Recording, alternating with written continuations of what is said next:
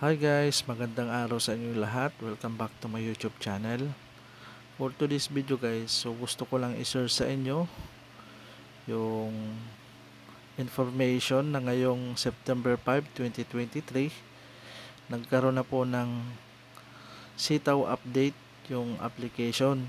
So kung kayo po ay hindi pa po nakakapag-update sa inyong mga application sa mga Android phone user or iOS mobile user, so update nyo na lang po yung application kasi meron pong mga new features dito kay Sitaw na magagamit natin as a Sitaw seller. So tara, proceed na tayo sa application. I-open natin siya.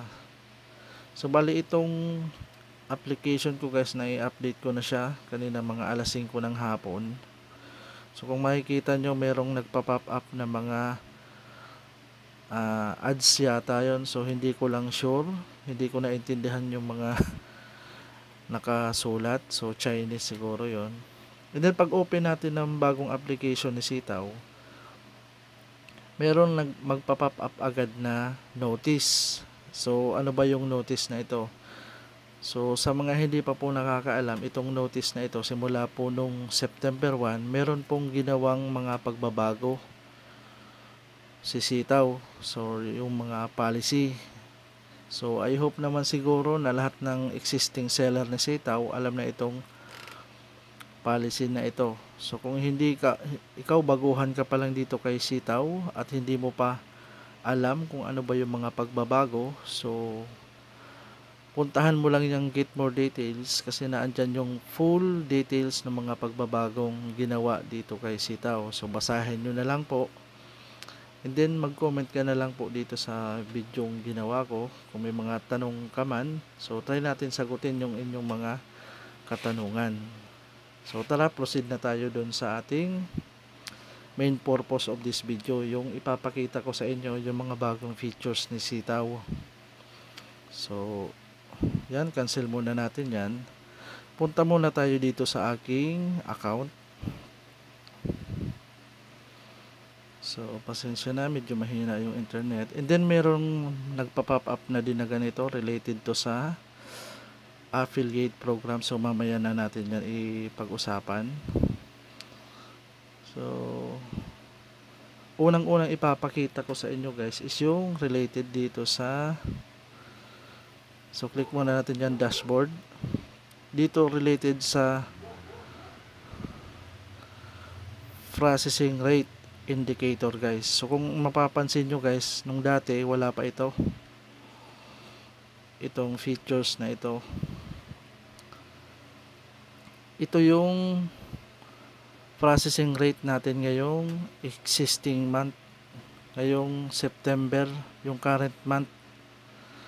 So ano ba yung processing rate? Kumbaga ito yung performance rating natin. So ito yung sumusukat ng ating performance, kung gaano ba tayo ka-active na seller dito kay Sitaw at kung gaano tayo kasipag mag-pick up na mga orders daily dito kay Sitaw. So ang pinaka main purpose talaga nitong processing rate na ito, so ito yung indicator para mas madali natin malaman kung pasok ba tayo dun sa required processing rate minimum ni Sitaw. Ang minimum processing rate po pala dito ni Sitaw is 55%. So kung hindi mo po na-reach yung at least 55 processing rate ni Sitaw, is matatag ka po as inactive seller at makaka-receive ka po ng notice. At kung multiple notice naman po ang nare-receive mo at kung hindi mo po binabago yung performance mo as a seller dito kay Sitaw, it could lead to store closure. So masakit mang isipin, pero ganun po talaga yung posibleng kahantungan pag hindi natin inayos yung ating performance dito kay Sitaw.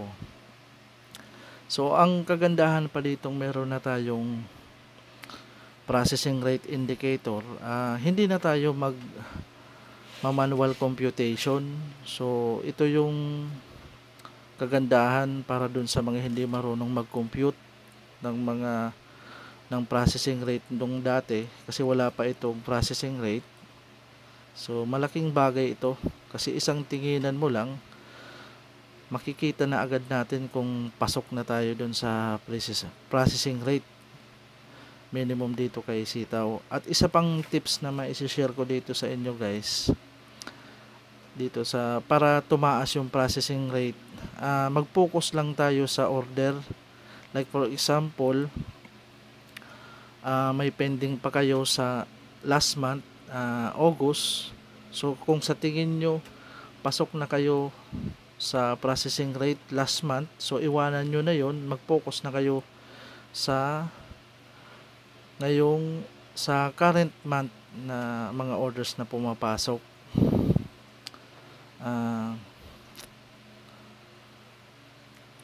Ayun, kung pasok ka na doon sa processing rate dito kay sitaw sa ngayong month, so hayahay ka na, medyo hindi ka na gaanong mag-worry na possible na hindi ka na mag-worry kung kahit may mag-email sa'yo na may mga pending orders ka pa. Kung sa tingin mo naman na pasok ka na sa processing rate, okay na yun, no need to worry na. So kung makikita nyo naman, yung sa akin is naka 60.56% ako. So pasok na ako dyan sa minimum requirement ni sitaw. Pero nasa September 5 pa lang tayo. Kasi yung evaluation ni sitaw na ginagawa is from, so bali may first half and second half. So from i-evaluate ni sitaw yung store natin from September 1 to September 15 and September 16 hanggang katapusan hanggang September 30. So kaya ayusin natin yung performance natin dito kay sitaw. So ayun lang, so tapos na tayo dyan sa unang features ni sitaw dito sa application. So balik tayo dito guys. So dito ang sunod na ipapakita kong features guys is punta kayo dito sa products,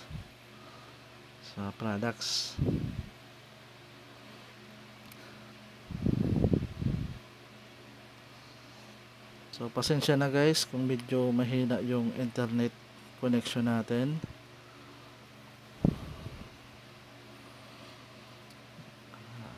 Ayun, so kung makikita nyo guys dito sa bagong update ni sitaw, meron na tayo ditong meron na tayong vacation mode o mas tinatawag din na holiday mode. So ano ba ito? So para sa hindi pa nakakaalam, so dati kasi madaming naghihiling kay sitaw na magkaroon ng vacation mode. So nakikinig naman si sitaw, kaya pinagbigyan tayo sa pagkakataon na ito. So ang vacation mode or holiday mode, ito yung binibigay na pagkakataon ni sitaw sa ating mga online store para hindi muna tayo makareceive ng mga orders from customer.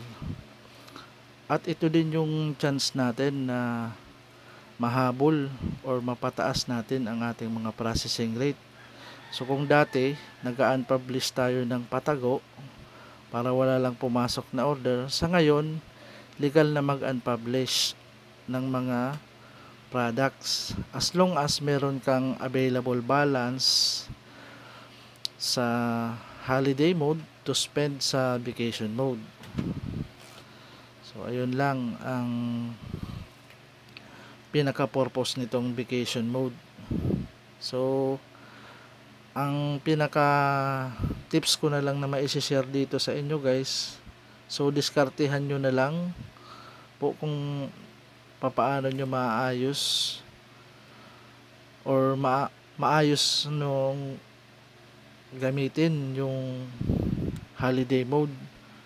Kasi kung ikaw ay small capital ka lang, halimbawa bigyan ko kayo ng example na ubusan ka na ng bala pero ang dami pang mga order na pumapasok sa inyo. So ito yung tamang pagkakataon para gamitin mo itong vacation mode. So ayan ang pinaka tips ko lang na, so diskartehan nyo na lang kung paano nyo magagamit ng maayos itong vacation mode or holiday mode na binigay ni Sitaw. So maganda itong features na ito para dun sa mga small capital na medyo nahihirapan sa pagpapaikot ng puhunan. So ayun lang yung maisishare ko dyan sa holiday mode. So gawan ko na lang ito ng separate video, itong holiday mode and vacation mode, kasi meron itong mga